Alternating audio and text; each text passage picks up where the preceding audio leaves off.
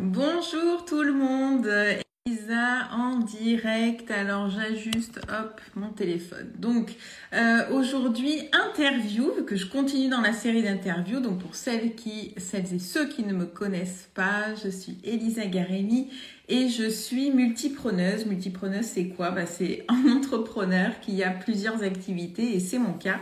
Et ici je parle et je partage plein de choses. Coucou à ceux qui nous rejoignent.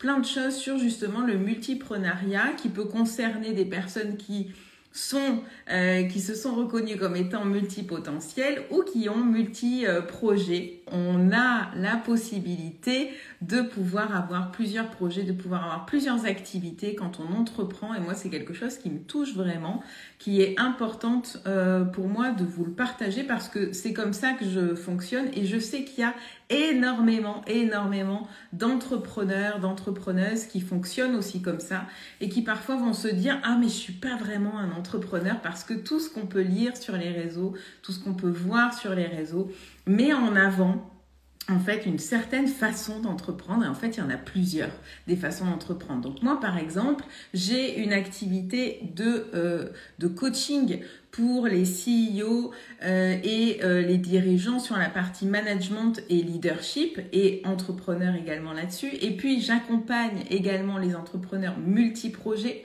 quand on ne sait pas forcément par quoi commencer, quand on ne sait pas quelle idée mettre en œuvre, ou quand on en a plusieurs, quand on a plusieurs projets et quand on n'arrive plus à équilibrer en fait notre vie perso et qu'on a du mal à avoir une structure, de la clarté, etc. En fait, voilà, je suis celle qui vous permet de remettre de la clarté dans tout ça, de vous aider à avoir un focus, de vous aider à avoir la concentration et surtout d'atteindre vos objectifs par rapport aux différents projets que vous pouvez avoir. Et donc, et puis j'ai aussi une activité d'investissement immobilier, de gestion locative. Donc voilà des activités qui peuvent sembler complètement différentes et qui en même temps animent mon quotidien. Et c'est comme ça que je crée mon chiffre d'affaires et c'est comme ça, moi je pense à chiffre d'affaires cumulé et je pense aussi à tous ceux qui sont et salariés et entrepreneurs. Vous êtes aussi des multipreneurs. Donc, si ça vous parle, ces questions-là vous parlent, moi je vous invite vraiment à venir écouter les interviews. Alors voilà, multipreneuse, elle bouge aussi pas mal. Donc, notre rendez-vous d'aujourd'hui. Donc, les expériences que j'ai pu connaître et que je connais encore, on est toujours en phase d'amélioration dans notre parcours entrepreneurial. C'est aussi un sujet au niveau de la vente et comment vendre quand on n'aime pas vendre. Et moi, j'aime bien mettre les pieds dans le plat. Et Alexandra qui nous a rejoint aujourd'hui aussi. Donc, c'est l'instant papotage et interview autour de ce sujet-là. Alex, je te laisse te présenter. Ça te Yes, avec va? plaisir. Go, Ouais, c'est parfait. parti. Et du coup, moi, salut tout le monde. Je suis Alexandra Ridou, je suis coach certifiée et j'accompagne les coachs et thérapeutes à développer leur activité, trouver plus de clients. J'ai pas toujours été coach, clairement. Avant, j'étais salariée, j'ai fait 8 années dans l'agroalimentaire, en logistique. Je me suis lancée dans le coaching parce que clairement, je m'étais trompée de voie. Et du coup, pas du tout formation, école de commerce, pur ingénieur, etc. Donc la vente, autant dire que c'est voilà. Et j'ai vachement travaillé avec moi. Et aujourd'hui, j'adore ce sujet parce que je pense qu'on peut vraiment vendre vachement bien avec éthique et sans paraître pour des vendeurs de tapis. Donc vraiment, ce sujet, il m'anime, il me tient aux tripes parce que j'ai découvert un nouveau monde sur la vente. Donc, trop bien de parler de ce sujet. Yes, génial. Merci beaucoup de ta présence et de pouvoir le partager avec nous. Coucou à tout le monde. Alors moi, j'aimerais bien que vous mettiez l'emoji en commentaire. Alors bien sûr, si vous avez des questions, allez-y en commentaire. Mais l'emoji, par exemple, qui révèle votre sentiment avec la vente. Voilà, quand vous pensez à la vente, ça vous évoque quoi? C'est quoi l'emoji actuellement qui va vous correspondre le mieux? Toi, tu nous as fait un beau vomito en direct. Donc, c'est peut-être ça aussi pour vous. Ou alors, vous avez découvert et travaillé votre lien avec la vente et votre posture par rapport à la vente. Encore coucou tout le monde. Donc, vendre quand on n'aime pas vendre, il y a un truc que tu viens de dire qui est intéressant dans le parcours, c'est aussi quand on sort, enfin quand on a eu cette expérience du salariat, et moi c'était mon cas aussi, et en fait dans le salariat, quand on bascule, enfin quand on fait le choix, hein, on nous a jamais forcé à être entrepreneur, donc quand on fait ce choix, quand on assume ce choix, on peut aussi ne pas forcément être préparé à tout ce que va revêtir en fait la posture entrepreneuriale et la vente. Je sais pas toi, mais moi, et je me dis des années après, mais c'est complètement con en fait. T'es complètement conne de ne pas avoir pensé ça, mais ça me semblait pas évident. Et ça me semblait pas évident parce que bah, déjà, je baignais dans le salariat et puis bah, là, en fonction du job qu'on avait, moi j'étais DRH. Les clients avaient plutôt tendance à venir me voir assez facilement. Je n'avais pas besoin d'aller prospecter. Et voilà, que ce soit les clients en interne ou les prestataires en externe. Et en fait, je ne m'étais pas forcément posé cette question-là. Et quand j'ai démarré, et même encore aujourd'hui, j'ai des points à améliorer là-dessus, mais c'est vrai qu'il y a eu des contractions, quoi, à me dire, comme tu dis, bah, je suis pas marchand de tapis. Ouais. Franchement, je suis pas un vendeur de tapis. J'aimerais aussi que tu abordes, et après je me tais, j'aimerais aussi que tu abordes le cas de je sais que chez les multipotentiels, plusieurs projets, etc., on a une problématique de légitimité déjà par rapport à notre multi-expertise. Ça, c'est un truc qui revient. Et il y a plein de façons de pouvoir le dépasser. Mais je dirais que la vente, c'est aussi un révélateur de ce manque de légitimité à se dire, bah déjà, moi, je ne reconnais pas mes expertises parce que je ne suis pas mono-expert. Alors, qu'est-ce que je vais pouvoir aller vendre en fait? Comment Ouais. je vais faire pour me mettre en avant? Ça, c'est un truc que tu reconnais, que tu as vu toi aussi. Ouais, que j'ai beaucoup vu. Il y a trop de choses, j'ai envie de rebondir sur tellement de Mais on se reverra, on se reverra. On prend déjà un rendez-vous pour un prochain interview. trucs. Ouais, non, première chose, ce qui est marrant, tu dis, quand tu passes du salariat à l'entrepreneuriat, je sais pas s'il y en a qui étaient là, mais moi, je m'étais dit, t'as pas besoin de vendre si t'es bon. C'est un peu comme dans l'entreprise. Dans l'entreprise, t'es bon, t'as pas besoin de te vendre. Les gens, ils viennent te chercher, le manager, il te fait évoluer, etc.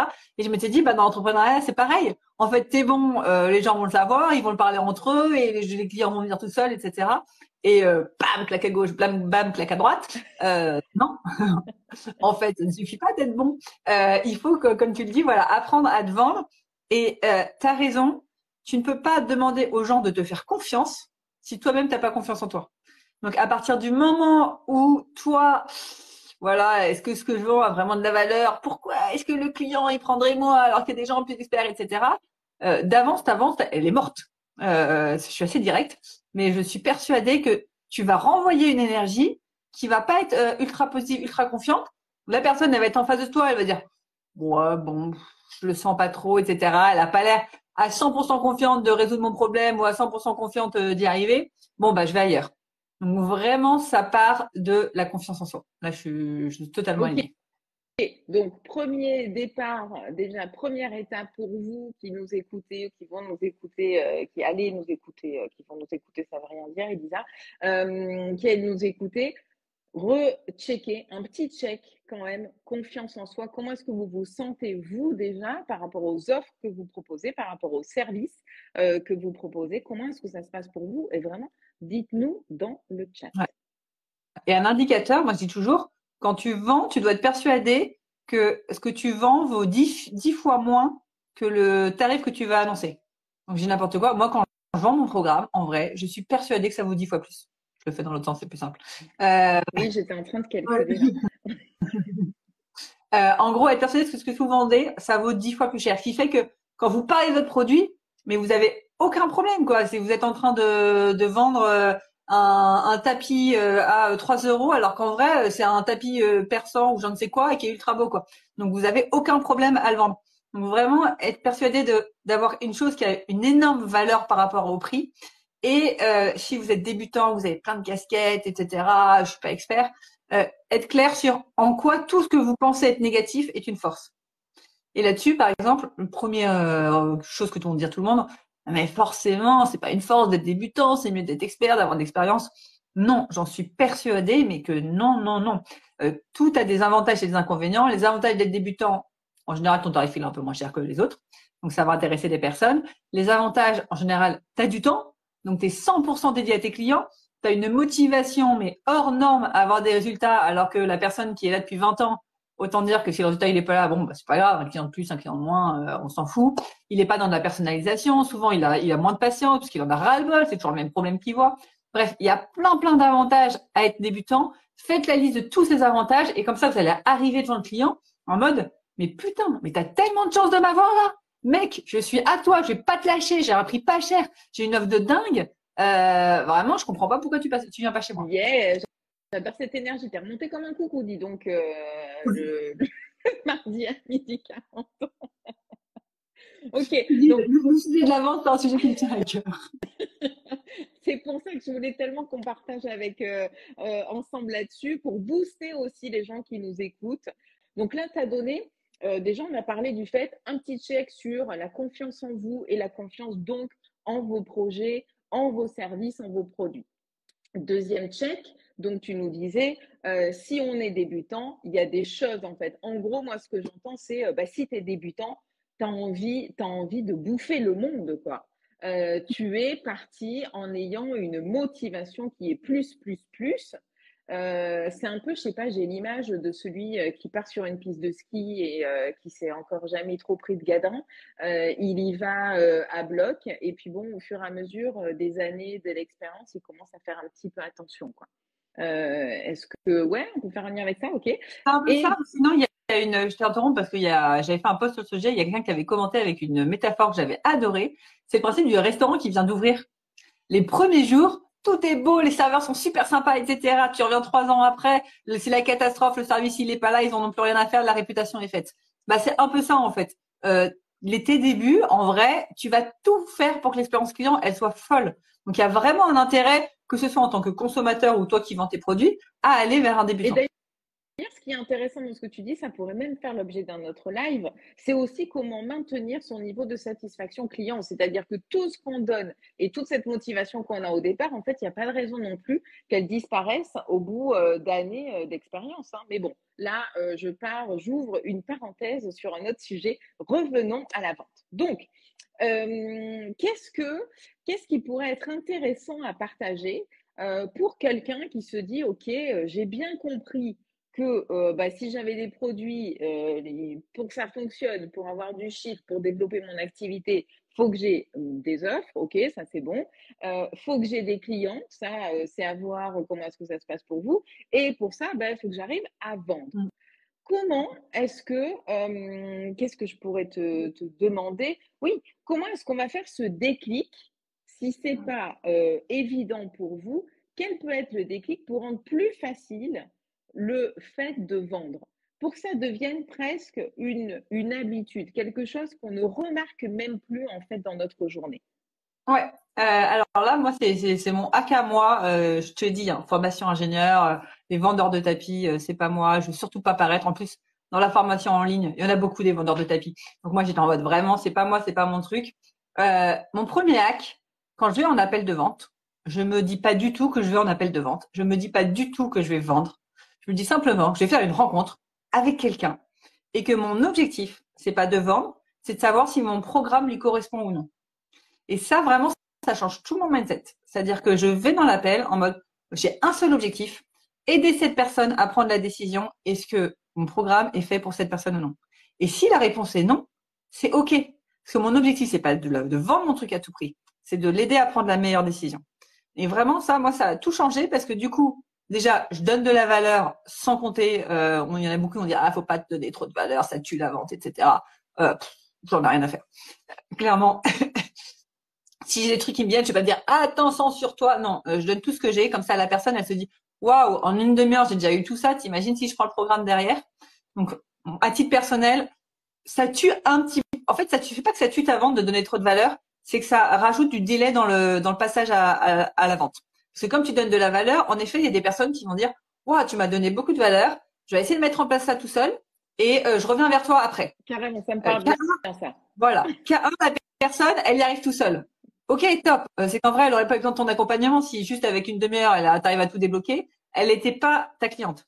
K2, elle essaie toute seule, elle n'y arrive pas. Elle va revenir vers toi. Pourquoi? Parce qu'elle se dit, waouh, en une demi-heure, elle m'a donné un boost, elle m'a permis d'avancer pendant 3 semaines. T'imagines si j'avais 1 heure chaque semaine avec cette personne, comment j'avancerais? Donc, n'ayez pas peur de donner de la valeur, sauf si vous voulez absolument de l'argent tout de suite et que là, il vous faut des délais courts. Là, c'est pas forcément la meilleure stratégie, mais si vous vous dites, OK, je suis prêt à attendre un mois que la cliente devienne cliente, enfin que le prospect devienne client, OK, je donne de la valeur et j'accepte un non aujourd'hui et peut-être un oui de demain. Et autre avantage que j'ai à donner de la valeur, il y en a énormément qui vont peut-être pas passer clients, en effet, mais qui vont parler de moi autour d'eux, qui vont après les autres vont devenir clients. Donc vraiment cette histoire de valeur ou pas valeur, est-ce que je donne trop, est-ce que je voilà. Moi, je me prends pas la tête là-dessus. Je me suis beaucoup prise la tête là-dessus au début. Et en fait, j'étais pas à l'aise parce que si tu donnes pas de la valeur, ça devient vraiment un appel de vente en fait. Coucou, ça va? Oui, tu vas pas bien? Je fais les grandes lignes. Hein. Ça va pas bien? C'est quoi ce que tu veux atteindre? T'as essayé quoi? Ok, bam, je te vends mon offre. Euh, voilà, Ok. la personne, elle se dit bon bah j'ai perdu. Si je voulais pas acheter à la base, j'ai perdu mon temps et on m'a vendu un truc. Yes. Donc, vas-y. Ouais, je voudrais revenir sur quelque chose qui me semble hyper important dans ce que tu nous partages, c'est cette intention en fait, le contact qu'on va avoir avec la personne et de se dire, justement d'y aller en se disant simplement, je vais la rencontrer, on va discuter, c'est un moment en fait où je vais rencontrer quelqu'un, où je vais interagir avec quelqu'un et avec ce plaisir-là, plutôt que je vais lui fourguer, mon objectif c'est de lui fourguer à tout prix mon offre, parce que ça change évidemment beaucoup de choses dans la manière dont on va aborder le sujet. Et c'est là aussi, je pense, où on peut faire le lien avec de la vente éthique.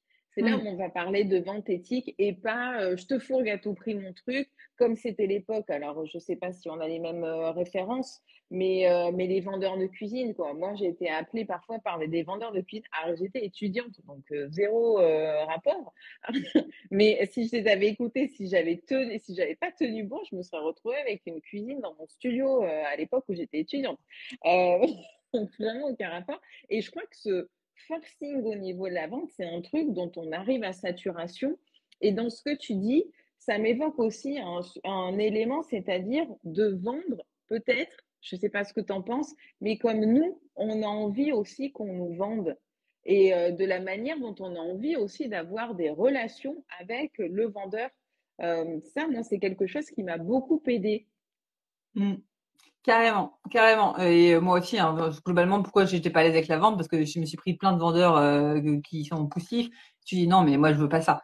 Donc clairement, se dire que la personne en face, elle vit une expérience et faites-lui vivre l'expérience que vous auriez aimé vivre en tant que potentiel acheteur. Et en général, vous êtes ravi quand vous êtes potentiel acheteur que la personne vous donne de la valeur. Ça vous va pas vous desservir la personne qui est en face. Vous n'allez pas vous dire ah, je vais me débrouiller tout seul, dire ah non, c'est trop bien. Si je dois faire appel à quelqu'un, bah je ferai appel à elle parce que elle m'a donné vachement de valeur. Donc traitez vraiment vos prospects comme vous aimeriez être traités et comme tu dis, cette intention, c'est le plus important parce qu'à partir du moment où tu fais attention à la personne, tu vas renvoyer une énergie ultra positive. Et je sais que moi, dans 80% de mes appels, c'est la personne qui me dit au fait, maintenant tu peux me parler de ton accompagnement. C'est pas moi qui demande est-ce que je peux parler de mon accompagnement, c'est la personne. Bon bah vas-y, allez, là j'ai envie d'en savoir plus. Est-ce que tu peux me parler de ton accompagnement? Et c'est ça que j'appelle en fait pour moi de la vente avec éthique. C'est là où la personne elle-même, elle prend conscience qu'elle a besoin besoin de quelque chose et elle va elle-même faire la demande. Tu vas pas aller la forcer avec un couteau sous la gorge. Surtout que c'est pas les meilleurs clients ceux que tu forces en général. Et moi d'ailleurs, quand il y en a qui prennent la décision, je pousse pas du tout à prendre la décision d'acheter pendant l'appel, enfin le jour J, mais ceux qui prennent la décision d'acheter comme ça, là, sur le coup, le jour J, 2 jours après, ils me rappellent pour me dire ah non, en fait, c'était pas réfléchi, etc. Donc, on prend rarement les bonnes décisions sur le coup. Quand on est poussé à bout, en plus, ça fait pas les meilleurs clients. En général, ça fait ceux qui vont être pas contents en haut parce qu'ils ont agi sur un coup de tête, pas sur les bons arguments ou autres. Donc vraiment, que ce soit pour votre activité, le plaisir que vous avez à accompagner vos clients, pour moi, plus c'est consenti, plus tout le monde y gagne. Ouais, et plus tu rentres dans un processus après de fidélisation de ton client, de taux de satisfaction de ton client qui va forcément être meilleur parce que mieux ciblé, euh, convaincu de lui-même déjà dès le départ, et ça facilite. Là, on rentre après dans un cercle vertueux en fait. Ouais, Ça facilite les retours de témoignages, ça facilite le bouche à oreille, ça facilite en fait tout ça. Ouais, carrément. Est-ce que ce système, parce que là, dans ce que j'entends, on est et vraiment coucou à tous ceux qui nous rejoignent, c'est la folie aujourd'hui. Est-ce que dans ce système-là, donc toi, tu parles de prise de contact, donc de rendez-vous téléphonique, de call, et c'est quelque chose qui s'adapte au métier de l'accompagnement, de créer ce lien en fait humain que tu vas retrouver forcément dans le fait que on coach en fait des gens. Ouais. Est-ce que tu as déjà vendu des produits ou des choses digitales sur lesquelles il n'y a pas de justement cet appel, cette rencontre avec l'autre personne? Donc en vente directe, tu veux dire, la personne va sur ton site internet et elle achète. Ouais, alors ça, j'en ai vendu des programmes sans accompagnement. Pour moi, le concept est le même. Forcément, t'as pas la personne en direct. Donc si supposons c'est sur une page de vente, il faut que ton message fasse pas poussif, mais qu'en même temps, tu fasses comprendre le besoin, que la personne a un besoin, parce que t'es pas là à l'oral pour savoir si le programme est fait pour elle ou pas. Donc, ça allait l'aiguiller au maximum. Le programme, il est fait pour qui? Quelle est ta situation initiale? Quelle est ta situation désirée? En quoi je suis unique? En quoi je me différencie? Pour amener la personne à faire tout ce cheminement que toi, tu l'aides à faire en appel, le faire en fait par écrit. Donc ça marche. Après, c'est la personne qui prend son appel ou pas. Mais c'est la même chose aussi dans la prospection finalement. Dans la prospection, pour moi, tu vas pas pour avoir un client. Tu vas pour savoir si la personne, ton programme, enfin ce que tu lui vends en tout cas, il peut l'aider ou non. Et quand tu vas dans cette intention-là, t'as qu'une envie, c'est t'intéresser à la personne. T'as pas envie de son portefeuille. T'as envie de t'intéresser à lui. C'est quoi ton problème? Ah ouais, t'aimerais résoudre quoi, etc.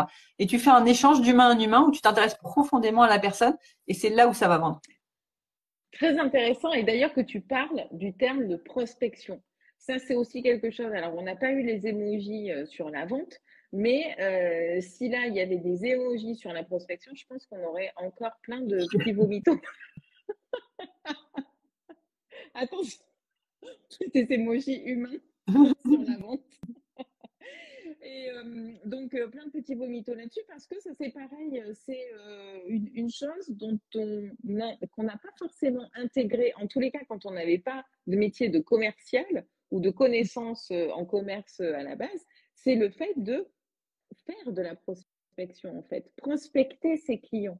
Et prospecter ses clients, quand on est en ligne, je dirais que c'est encore une strate différente, encore une façon de faire différente parce que dans la vie, finalement, on peut bien parler de nos services à notre boulanger, à nos amis, aux personnes qu'on va rencontrer dans des réseaux, etc. Mais en ligne, ça devient encore quelque chose de différent. Et moi, je sais que quelque chose que j'ai eu à une époque, et où d'ailleurs, j'avais même pas, non mais dans mon cerveau, j'avais même pas intégré la case prospection, quoi.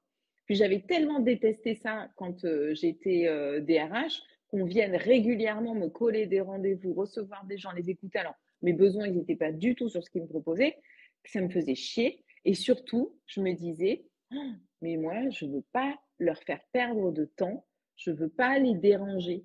Est-ce que ça, c'est un truc qui te parle, ça, je ne veux pas les déranger? Carrément. Et j'ai donné un exemple, c'était quand? En octobre, je vais te donner l'exemple que j'ai partagé qui m'a marqué l'esprit, tu vois. J'ai toujours été pareil, ne pas déranger, etc. Et il y a un truc qui m'énerve, mais qui m'énerve. Sur ta boîte aux lettres, il y a écrit pas de pub, et il y a les gens qui viennent mettre de la pub, tu sais. Alors ça, moi, ça a le don de m'énerver. Et je me suis pris une claque. Pourquoi? Parce que il y a quelqu'un qui met un pub dans ma boîte aux lettres alors qu'il n'y a pas de pub. Et il se trouve que c'était pour des cours de sport à côté de chez moi. Et que j'étais à ce moment-là en train de chercher des cours de sport et que j'arrivais pas à trouver une salle qui matche avec mes dates. Et c'était l'association sportive de la ville d'à côté. Et incroyable, j'ai pris le flyer, j'étais super contente. J'ai allé sur le site internet. Le lendemain, j'étais inscrite au cours. Bref, tout ça pour dire quoi? En vrai, oui, tu vas déranger des personnes, ça va les saouler, mais c'est pas grave parce qu'en 2 secondes, ils vont passer à autre chose. En vrai, la pub, ça m'énerve, je la mets à la poubelle, je passe à autre chose. C'est ça qui va se passer si tu déranges quelqu'un. Mais pour toutes les personnes qui, comme moi, en fait, j'ai béni ce flyer en mode, mais putain, j'aurais jamais pensé d'aller voir l'association du sport d'à côté. Il y a des personnes qui ont besoin de toi. À partir du moment où tu sais que tu as un truc qui peut vraiment aider des gens, qui a une solution, etc., bah, c'est pas grave. Il y a des gens qui vont te mettre à la poubelle, qui vont faire, oh là là, encore de la prospection, c'est saoulant. Mais ils vont pas retenir sa tête, ils vont pas retenir ton prénom. Ça se trouve, tu vas envoyer le même message de prospection à ces personnes-là 3 ans après, elles seront ravies. C'est juste qu'elles n'avaient pas le besoin. Donc, n'aie pas peur pour, en effet, peut-être la majorité, 90% des gens qui vont mettre ton truc à la poubelle. Tu as quand même 10% des gens, mais qui n'attendent que ça, de, ah, tiens, c'est exactement ce dont j'avais besoin. Et encore une fois, Yes. un message de prospection, s'il est bien fait, il ne dérange pas. Comme toi, je me fais prospecter H24, je pense, par plein de prestataires, etc. Je sais qu'il y a des moments où je me dis, waouh, c'est quoi ce message? Il y a des moments où je trouve le message génial. Je réponds à la personne, non, mais ton message, il est génial, j'ai pas de besoin là, mais vraiment, bravo, ce message de prospection, il est top. Donc, si par moment vous êtes prospecté et vous trouvez des messages géniaux, bah moi, je sais que déjà, je les copie-colle dans un fichier qui s'appelle message de prospection. Et comme ça, quand je prospecte, en temps, je m'en inspire par, tiens, en tant que potentielle cliente, ce message-là, j'ai trouvé génial. Qu'est-ce qu'il a fait que j'ai trouvé génial? Comment je peux m'en inspirer? Donc vraiment, il y a des messages de prospection sur lesquels vous allez accrocher parce que c'est pile poil votre besoin, c'est amené de la bonne façon. Donc dites-vous que c'est pas contre vous quand quelqu'un vous dérangez quelqu'un, c'est juste qu'il n'a pas le besoin. Et quand on fait de la prospection, c'est la roulette russe. Hein. On n'en sait rien si la personne ça matche ou ça matche pas. Faut tester et c'est en testant que vous allez avoir des résultats. Ouais, c'est top ce que tu dis. C'est effectivement le fait de changer en fait sa perspective, de changer sa vision, son regard sur la vente. Et ce que je faisais à une époque qui était de donner plus d'espace à je vais déranger et en fait beaucoup moins d'espace à mais à vrai dire il doit y en avoir, il y en a en fait à qui ça va rendre service, à qui ça va faire du bien, que je vais pouvoir aider. Et donc depuis ce changement, oui effectivement je dirais, ça devient pas forcément, comment dire, ça va, c'est plus une contraction en fait, voilà, de rentrer en contact avec des gens, ce qui pouvait être le cas à une époque. Et ça enclenche aussi beaucoup plus facilement la prospection, parce que je crois que quand même un petit peu tout est lié. Si déjà à la base on a ce regard-là sur la vente, finalement ça va venir bloquer, ne serait-ce que les interactions avec les gens qui nous contactent mais en plus, le fait d'aller en contacter des nouveaux. Ouais. Ouais, carrément. Et l'exemple un peu extrême, j'ai n'importe quoi, tu as une pilule magique qui enlève le cancer, tu le mets dans les boîtes aux lettres, tous ceux qui n'ont pas de cancer vont dire oh là là, encore de la prospection poubelle. Ceux qui ont des cancers, ils vont dire mais merci quoi, je la veux cette pilule magique. Donc à partir du moment où tu as une solution, t'y crois, ça peut vraiment aider des gens, balance, c'est pas grave, il y en a ils n'ont pas le besoin, ça sera la poubelle, mais ceux qui ont le besoin, ils seront juste mais ravis d'avoir ta solution devant eux. Sachant Yes. qu'encore une fois, ton premier message, tu vas pas balancer ta solution dès le premier message. Au début, tu t'intéresses à la personne. On est juste à ce stade. Donc, balancer en prenant soin déjà de checker que ça vous fait plaisir, que vous y croyez, que vous avez envie de créer du lien et de créer une rencontre en fait avec cette personne et de vous intéresser à l'autre. Et quelque chose aussi dans ce que tu partages, et c'est génial ça, l'idée des captures d'écran, de s'inspirer aussi de ce qu'on aime, de ce qu'on peut retrouver, mais il y a aussi de se conforter parfois dans ce qu'on n'aime pas et éviter de le faire. Moi, il n'y a pas très longtemps, j'ai reçu un message, c'était sur LinkedIn.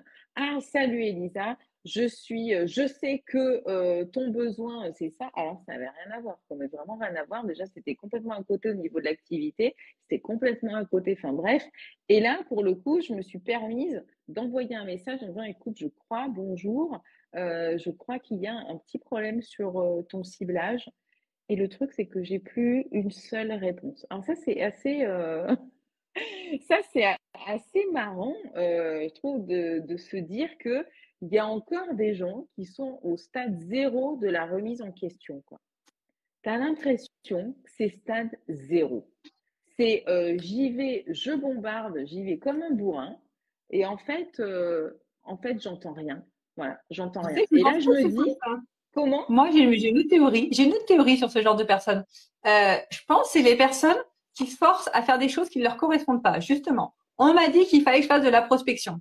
Ok, je balance un message de prospection sur Walaxy, je me foire, c'est pas bien ciblé. La personne me le dit. En fait, je me dis merde, je suis qu'une grosse merde, je sais pas quoi répondre, je réponds pas. C'est pas, je pense que c'est parce que quelqu'un qui est sûr de lui, il t'aurait répondu. Il t'aurait dit ouais. c'est la vie. Écoute, je sais, j'en ai 10 personnes sur 9, sur 20 qui sont à côté de la plaque. C'est la vie de la prospection. Ciao, bye bye. Enfin, tu vois, il t'aurait répondu quelque chose parce que tu aurais touché son ego, tu aurais touché son orgueil. Là, je pense que les personnes qui te répondent pas à ton message de bah tiens, c'est mal ciblé, c'est quelqu'un où tu l'as touché, qui s'est renfermé dans une grosse coquille de c'est absolument ce que je voulais éviter, que déranger, de patati, de patata. Et c'est là où le problème, si vous jamais voulez faire de la prospection et que vous n'avez pas travaillé sur vous, sur le fait d'être à l'aise avec la prospection, vous allez le vivre super mal. Parce qu'il y aura des personnes comme Elisa qui vont vous rentrer et qui vont vous dire, waouh, ton message, il est trop pourri, waouh, t'es à côté de la plaque, j'en sais rien. Et vous n'allez pas être prêt à ça. Mais au même titre, alors ça revient on vous invite à réécouter le début de l'interview, à rechecker votre niveau de confiance en vous et de confiance en vos projets et en vos offres. Parce que des boulets comme moi, en fait, qui vont répondre, en fait, j'ai répondu pourquoi. Et de temps en temps, j'aime bien répondre. Il n'y a pas très longtemps, j'ai répondu aussi à quelqu'un qui se mettait à liker d'un coup une dizaine de posts sur mon compte Insta. Qui est une vieille technique marketing pour faire bouger l'algorithme. Mais bon, depuis, les choses ont évolué. Et en fait, ce que je recherche, moi, et ce que j'aime sur les réseaux, c'est aussi, encore une fois, de créer du lien. Donc, si tu viens avec tes gros sabots en likant une dizaine de posts, ben, en fait, c'est complètement con. Ça n'a pas de sens. Ça n'a pas de sens, sauf à créer artificiellement un compte qui va vivoter, quoi, qui va vivoter parce que tu n'iras jamais au contact en fait des gens. Et c'est ça le plus important.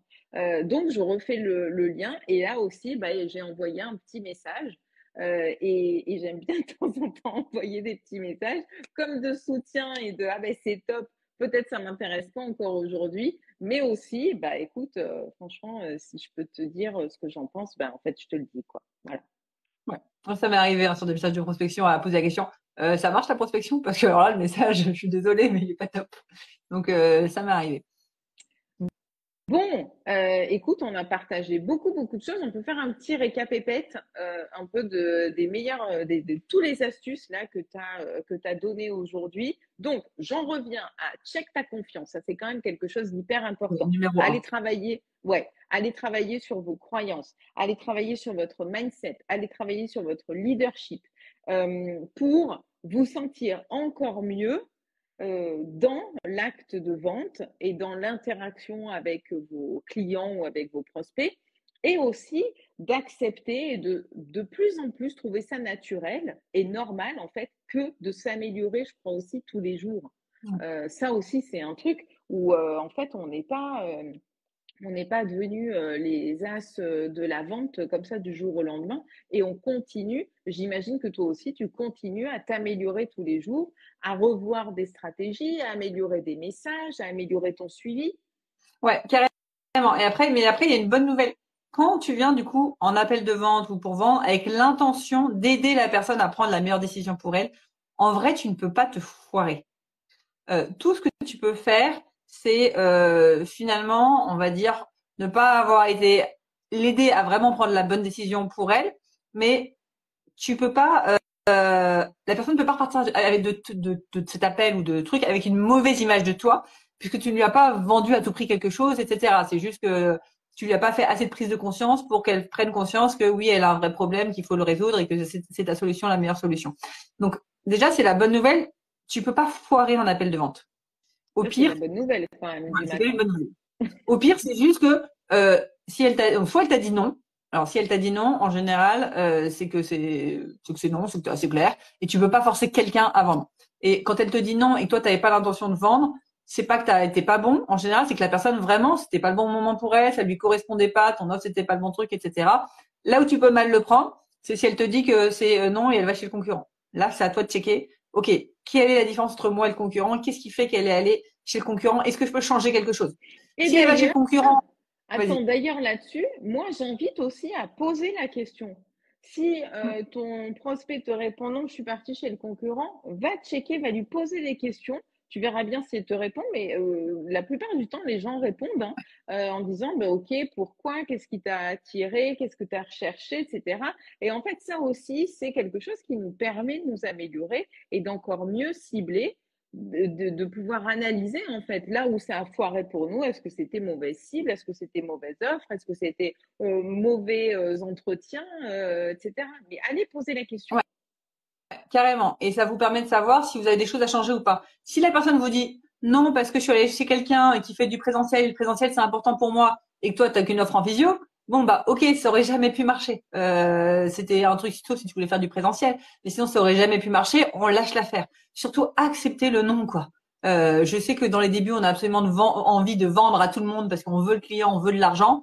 Mais plus vous accepterez le non, plus vous serez détendu et plus vous serez attractif. Parce qu'il y a rien de moins attractif que quand tu sens que la personne elle a absolument besoin de toi pour vivre de son activité, qu'elle veut comme ça te grapper, t'as grappé. Donc non, ce que vous voulez, soit un non ou un oui, vous vous en moquez. Vous voulez un non ou un oui, c'est tout simplement ce que vous voulez, une réponse, non ou oui comme tu veux. Le peut-être c'est le pire, la pire des choses. Mais vous voulez l'aider du coup à avoir un non ou un oui. Et pourquoi je disais ça, pardon? On parlait de Du fait de checker la confiance en soi, je pense que ça fait le lien pour le fait de pas prendre personnellement en fait les choses. Ouais, ne pas prendre les personnellement, exactement, c'est ça. Vous pouvez pas rater, du coup, c'est ça que je disais. En fait, vous pouvez pas rater un appel de vente dans le sens où la personne part avec un peut-être. Oui, donc j'étais en train, ouais, c'était ça. J'étais en train de faire mes différents cas. La personne part avec un non, ok, top, voilà, on passe à autre chose. On voit si elle va chez un concurrent et dans ces cas-là, on voit si on peut s'améliorer ou pas. La personne part avec un peut-être, entre guillemets, c'est que vous avez raté, mais vous pouvez toujours rattraper parce que c'est un peut-être. Et là, le suivi qui va suivre derrière est ultra important. Et si vous avez envie de vraiment aider la personne, si vous êtes persuadé que cette personne, c'est votre programme, c'est votre solution qu'il lui faut, relancez-la, mais pas relancez-la en mode bourrin. Alors, tu t'es décidé, relancez-la avec de la valeur. Par rapport à ce qu'on s'est dit la dernière fois, j'ai pensé à toi, j'ai vu une vidéo, ou tiens, j'ai telle ressource, ou tiens, je viens d'écrire un post, ça pourrait t'aider peut-être à prendre ta décision. Ajoutez de la valeur et la personne, elle va voir que même si elle n'a pas encore payé, même si elle fait pas votre solution, vous êtes là déjà pour l'aider. Et rien que ça peut dire, ah ouais, c'est quand même cool d'avoir quelqu'un qui, quand tu te poses des questions, t'envoie la valeur, t'envoie des trucs, etc. Et ça va potentiellement la faire basculer sur un oui. Et si la personne vous dit oui, bah c'est oui, bah go quoi. Et voilà, go, vous venez célébrer avec nous sur les réseaux. Ok, donc check confiance, check du rendez-vous, de la façon dont ça se passe avec notre prospect ou avec notre prospect. Et puis, troisième étape, suivi en fait des prospects. Ça, c'est aussi quelque chose d'hyper intéressant, cette notion-là. On parle beaucoup parfois de CRM, mais l'idée, c'est en fait comment pouvoir suivre le lien avec son prospect, voire avec son client, parce qu'un client qui a acheté peut aussi être un client avec lequel on va maintenir le lien, continuer à le faire vivre. Et ça, c'est quelque chose auquel on ne pense pas forcément en se disant, en fait, il m'en faut plus, il m'en faut plus. Alors que ceux que vous avez déjà, les clients que vous avez déjà, c'est aussi quelque part plus facile de leur proposer d'autres choses parce qu'ils vous connaissent, vous les connaissez, vous connaissez mieux que personne leurs besoins et eux, ils connaissent mieux que personne la façon de fonctionner avec eux et ce qu'ils peuvent attendre de vous. Donc ça, c'est aussi un peu la suite que vous pouvez ajouter, la nouvelle strate que vous pouvez ajouter dans votre relation avec le client. Ouais, carrément, c'est beaucoup plus facile de vendre à un client qui a déjà acheté qu'à un inconnu. Un client qui a déjà acheté et qui est content. Entendons-nous. C'est bien de le Bon, préciser. c'est bien de le préciser. Au cours de l'interview, il y a eu aussi énormément d'astuces, comment pouvoir avoir un mindset différent par rapport au fait qu'on peut être mal à l'aise avec la vente et transformer ce regard-là sur je vais l'aider, je vais proposer. Comment aussi dépasser la peur d'embêter l'autre, de le déranger. Et puis, il y a eu aussi comment s'inspirer et pouvoir retenir aussi ce qu'on voit autour de nous et qui nous plaît, qui nous correspond et qu'on peut aussi récupérer pour le réutiliser, l'améliorer. Comment aussi aller checker son propre rapport à la vente et la façon dont on est prospecté, ce qui nous plaît, ce qui nous plaît moins pour pouvoir justement mieux y coller et être dans des relations qui vont être des interactions et de la prospection, de la vente éthique. Je pense qu'on en a quand même beaucoup partagé là aujourd'hui. Si vous avez des questions, c'est dans le chat ou par la suite en commentaire. Vous pouvez aussi nous écrire en MP. Est-ce que Alex, il y a un dernier truc, j'ai l'impression que tu veux partager. Il y a un truc qui te démange là. Il y a une Il y a dernière un chose. dernier truc qui m'est venu en fait. Souvent, il y en a qui s'auto-sabotent dans la vente. On n'en a pas parlé de cet auto-sabotage. Si jamais vous remarquez, je sais pas moi, ça fait 3-4 fois que les gens ils vous disent non, il y a vraiment tout le monde qui vous dit non, etc. Posez-vous la question, quels sont les bénéfices pour moi à ne pas vendre mes services? Et très souvent, vous allez voir que finalement, vous vous auto-sabotez parce que, je sais pas moi, en fait, vous avez pas, si vous aviez des clients, vous auriez moins de temps pour vos enfants, vous avez les enfants à la maison et du coup, mieux vaut en fait ne pas avoir de clients, ou que votre offre elle est pas prête et vous n'êtes pas à l'aise à vendre un truc qui est pas prêt. Du coup, vous préférez attendre que ce soit prêt, mais vous vous forcez à vendre parce qu'on vous a dit qu'il fallait vendre avant que ce soit prêt. Bref, allez creuser, c'est quoi les bénéfices conscients ou inconscients à ce que vous ne vendiez pas. Ça va peut-être vous ouvrir des portes sur ah, c'est ça mon blocage mindset qu'il faut que je règle et c'est pour ça que je m'auto-sabote. Parce que faut pas sous-estimer quand même l'auto-sabotage où vous avez beau dire ouais, faut que je vende et puis vous foutrez rien forcément pour vendre, vous allez dire oui, mon offre elle est pas forcément faite pour toi. Ouais, tu dois réfléchir. Ouais, c'est vrai que moi aussi, je sais pas si tu en as besoin. Enfin bref, il y a des gens qui vont vraiment s'auto-saboter parce que derrière en fait, il y a vraiment des vrais bénéfices à pas vendre. Oui, et ça, c'est quelque chose aussi qu'on va retrouver quand on est multi-projet, quand on est multi. C'est aussi quelque chose qu'on trouve dans le processus, c'est-à-dire qu'on est une femme qui est créative, qui aime beaucoup créer. Par contre, au niveau du passage à l'action et de la visibilité et du risque potentiel de vendre, là, ça peut devenir plus compliqué. Et effectivement, ça vient appeler en fait des schémas de blocage qu'on a et qui ne sont pas forcément conscients. Donc là, c'est un petit peu comme si on terminait non pas avec le dessert ou avec le café, mais là, on termine avec une sorte de plat principal. On a commencé par un vomito. Là, je pense que là, c'est le pompon du pompon. C'est l'indigestion. Là, c'est l'indigestion, mais c'est tellement nécessaire que d'aller regarder en quoi potentiellement on est notre premier auto-saboteur et qu'est-ce qui chez vous vient bloquer et qu'est-ce que ça vous permet finalement intentionnellement de ne pas vivre. Voilà. Et parfois, et quand on dit ça, quand on va partager ça, on va nous dire c'est n'importe quoi ta question, c'est complètement débile. Moi, j'ai envie de vendre. Pourquoi je m'empêcherais moi-même de vendre? Allez creuser, comme vous dit Alexandra, allez creuser. Vous pourriez être surpris de ce que vous voyez apparaître. Et pourtant, c'est utile aussi d'aller voir ça. N'y passez pas la vie des rats non plus. À un moment, passez à l'action sur la vente. Hein. Passez à l'action sur la prospection. D'ailleurs, petit challenge du jour, c'est là, on parle, on vous a partagé plein de choses, plein d'astuces, etc. Passez à l'action. C'est quoi là l'action que vous allez pouvoir mettre en place, mettre en œuvre aujourd'hui, dans la semaine au plus tard, sur cette thématique de vente ou de prospection? Allez-y, allez-y, allez-y. Il n'y a que comme ça où vous allez apprendre, où vous allez améliorer, où vous allez dépasser vos peurs, vos blocages, etc. C'est dans l'action. Moi, c'était mon mot de la fin. Alexandra, est-ce que tu as un mot de la fin? Je suis désolée, j'ai un autre cas qui me vient et après j'arrête. Non, mais cette interview va donc durer 2 jours. Non, mais attends, tu vas venir à un moment donné dans le cercle pour nous faire une masterclass là-dessus. Il faut qu'on en reparle dans le cercle. Hein. Si tu veux, pas de souci. Mais il y a un autre cas que je vois souvent, c'est je comprends pas, tous les clients que j'ai au téléphone, finalement, ils n'ont pas besoin de mon programme. Ils n'ont pas besoin de mes services. Là, ce qu'il faut vous revoyer, c'est juste en amont. C'est-à-dire que toute votre communication, elle parle pas aux bonnes personnes. Du coup, soit vous dites, faut que je change mon offre parce que, ok, c'est top, j'aime bien, j'ai envie d'accompagner ces personnes. Du coup, je vais créer une nouvelle offre. Soit, ok, j'ai un problème dans ma communication, j'attire pas les bonnes personnes. Et je vais vous donner un exemple tout simple qui m'est arrivé. Quand je me suis lancée, mon premier programme d'activité, c'était pour trouver sa voie. J'avais appelé ça un programme de reconversion. Je comprenais pas, au téléphone, j'avais que des personnes qui avaient déjà leur idée de reconversion et qui voulaient juste un petit boost pour passer à l'action. Alors que moi, je vendais un programme pour trouver sa voie. Donc, quand la personne a déjà trouvé sa voie, j'ai plus rien à lui vendre. Et en fait, juste en changeant toute ma communication, où j'étais plus sur un programme de reconversion, sur tu veux te reconvertir, mais sur tu veux trouver ta voie. Donc, utiliser le mot trouver ta voie, ça a tout changé et j'ai attiré les bonnes personnes à moi. Donc vraiment, par moment, ça peut être aussi un problème de communication qui fait que vous attirez pas les bonnes personnes dans vos appels de vente.